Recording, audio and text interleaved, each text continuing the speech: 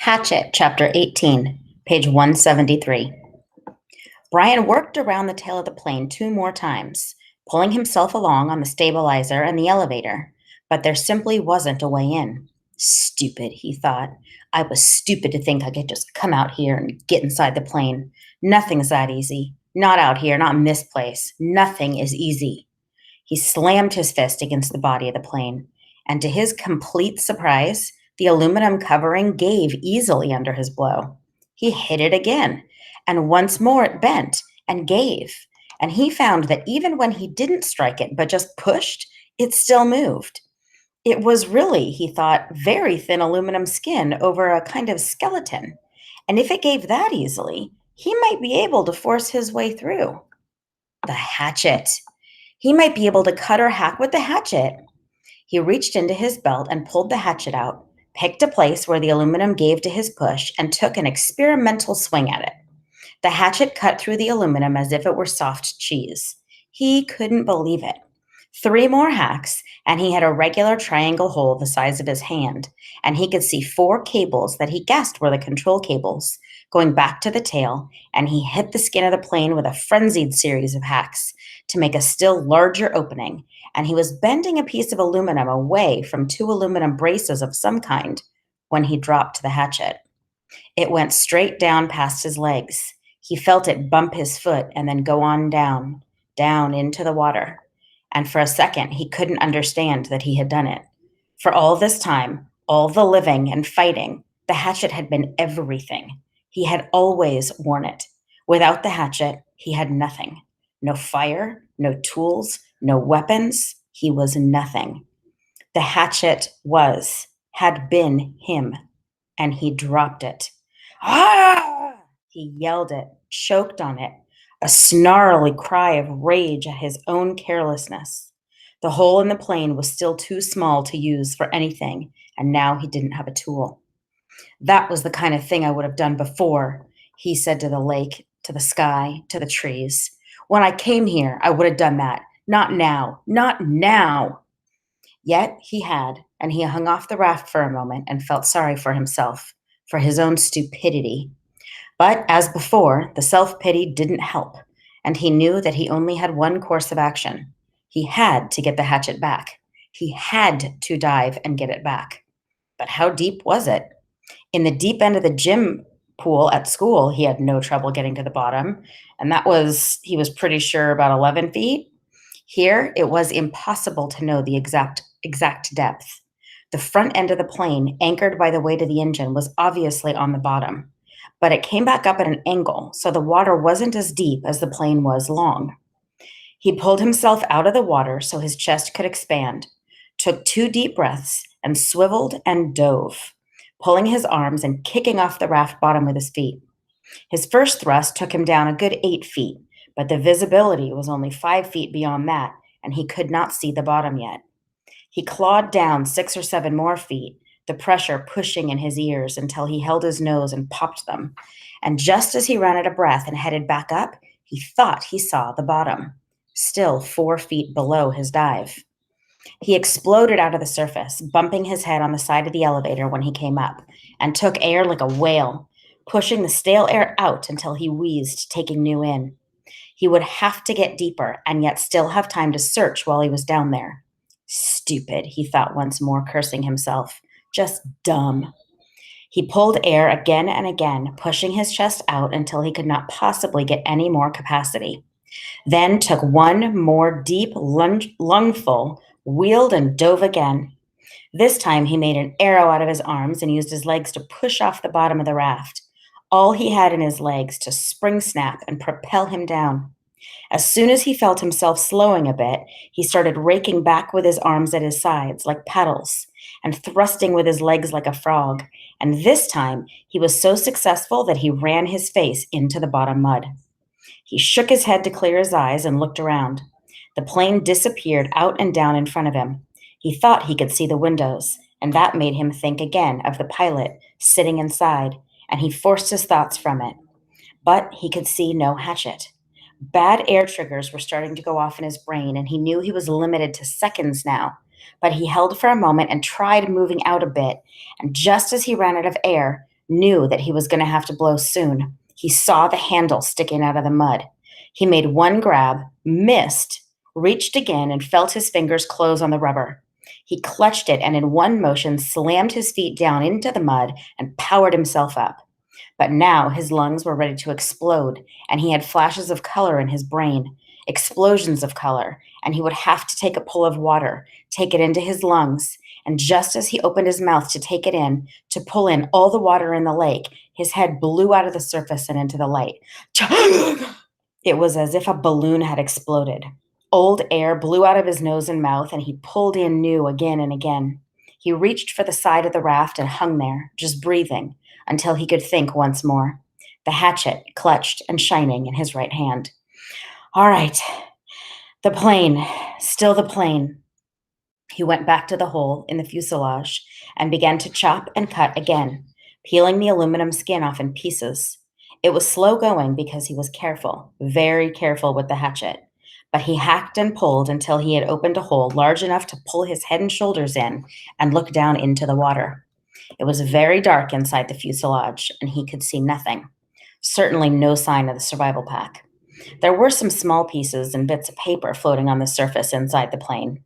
Dirt from the floor of the plane that had floated up, but nothing substantial.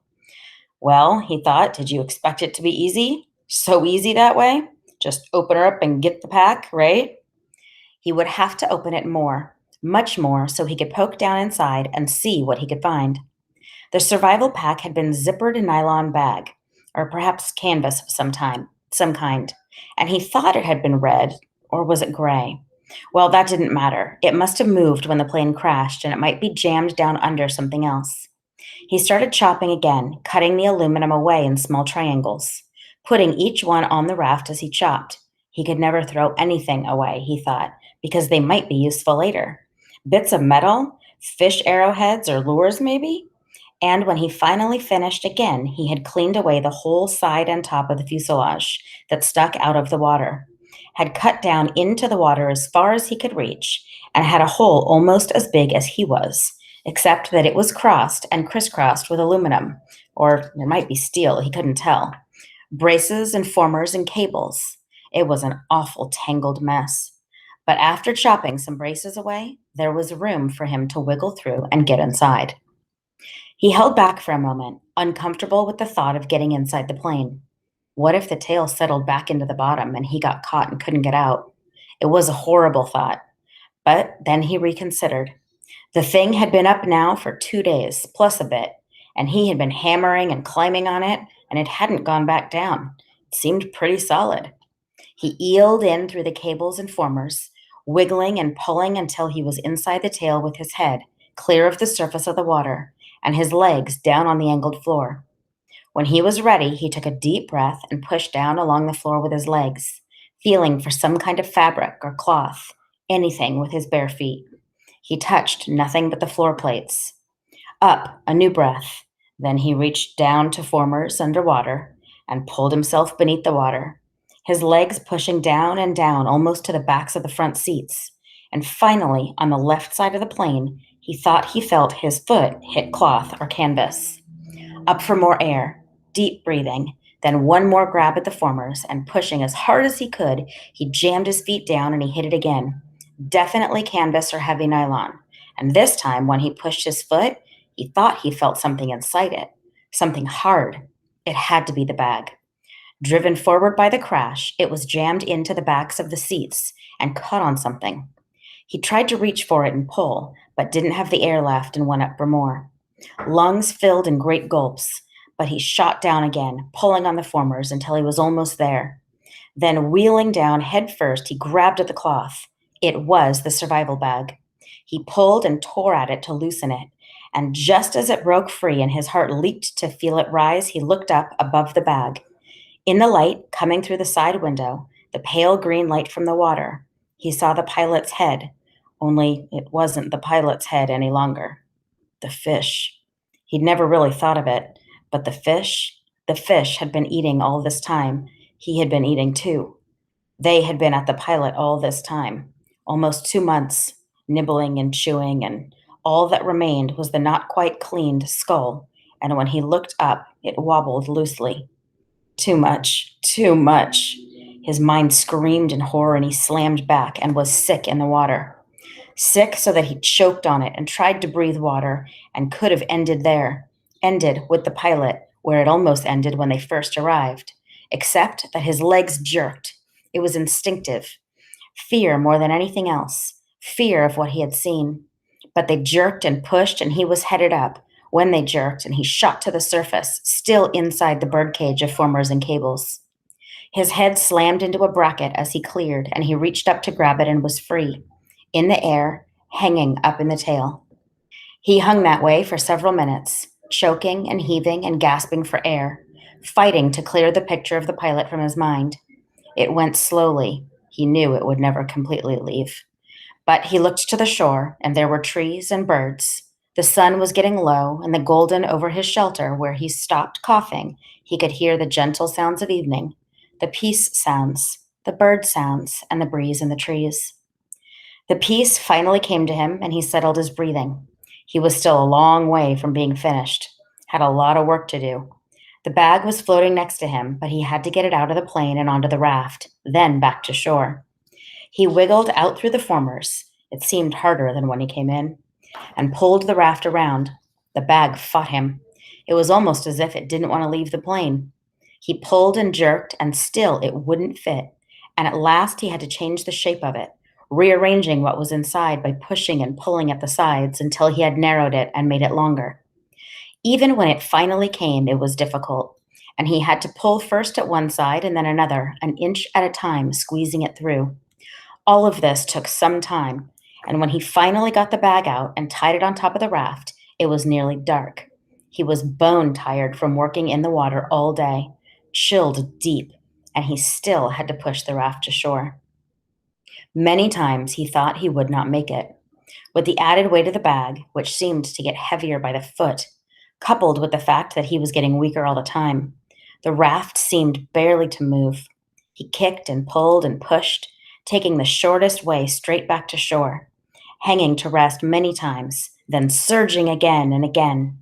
It seemed to take forever, and when at last his feet hit the bottom, he could push against the mud and slide the raft into the shore weeds to bump against the bank.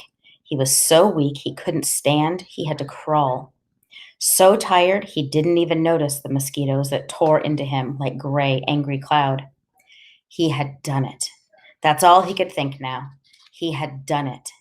He turned and sat on the bank with his legs in the water and pulled the bag ashore and began the long drag. He couldn't lift it. Back down the shoreline to his shelter.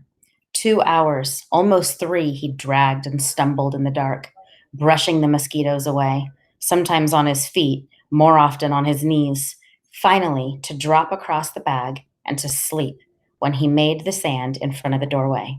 He had done it.